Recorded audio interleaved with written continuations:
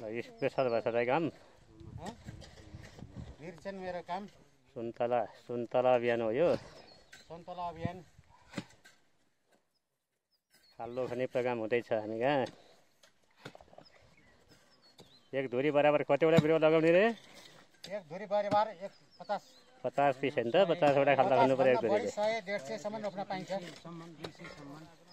minimum 50 वटा खाल्डा भनौँ न मिनिमम 50 त्यसपछि जति रोप्दा पनि पाइने कुरो हो तपाईको भिडियो सार्वजनिक अनि काका एक दिनमा कतिवटा खाल्डा खनिन्छ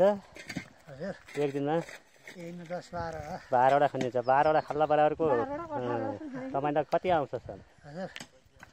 एउटा खाल्डा बराबर कति पाइन्छ अब 100 रुपैयाँ कति पाउँ त्यही त हैन भन्दिनु नि एउटा केही एउटा भन्न केही फरक पर्दैन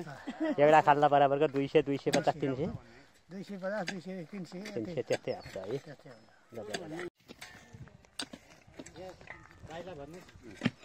र शिवलाई केही भन्नु त्यहाँबाट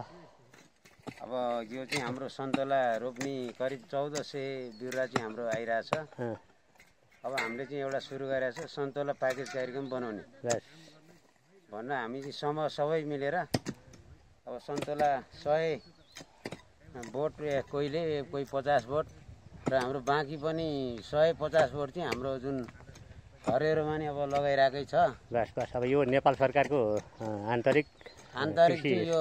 कृषि मन्त्रालय अन्तर्गत कि तपाईँको जिल्ला स्तरीय कार्यक्रम हो यो त अब कृषिबाटै दिएको भनौँ वडा पालिकाबाटै आएको पालिकाबाटै नेपाल सरकारकै कार्यक्रम नेपाल सरकारकै हो यो चाहिँ 1400 बिरुवा चाहिँ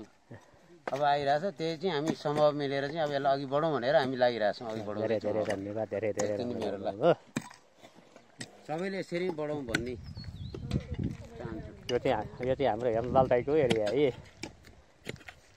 हेमलाल गौतम दाइको पाटोमा यो खाल्डा खन्ने अभियान लगभग सम्पन्न हुन लाग्यो हाम्रो गाउँघरिमा लगभग कति धुरी समेत छौँ रे हामीले अहिलेसम्म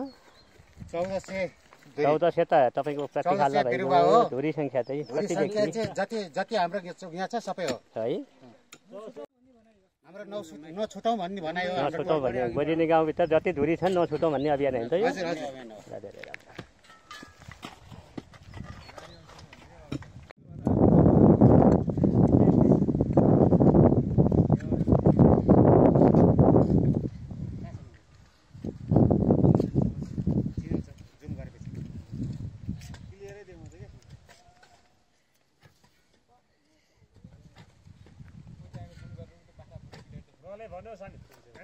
हजुर गल भन्न सानो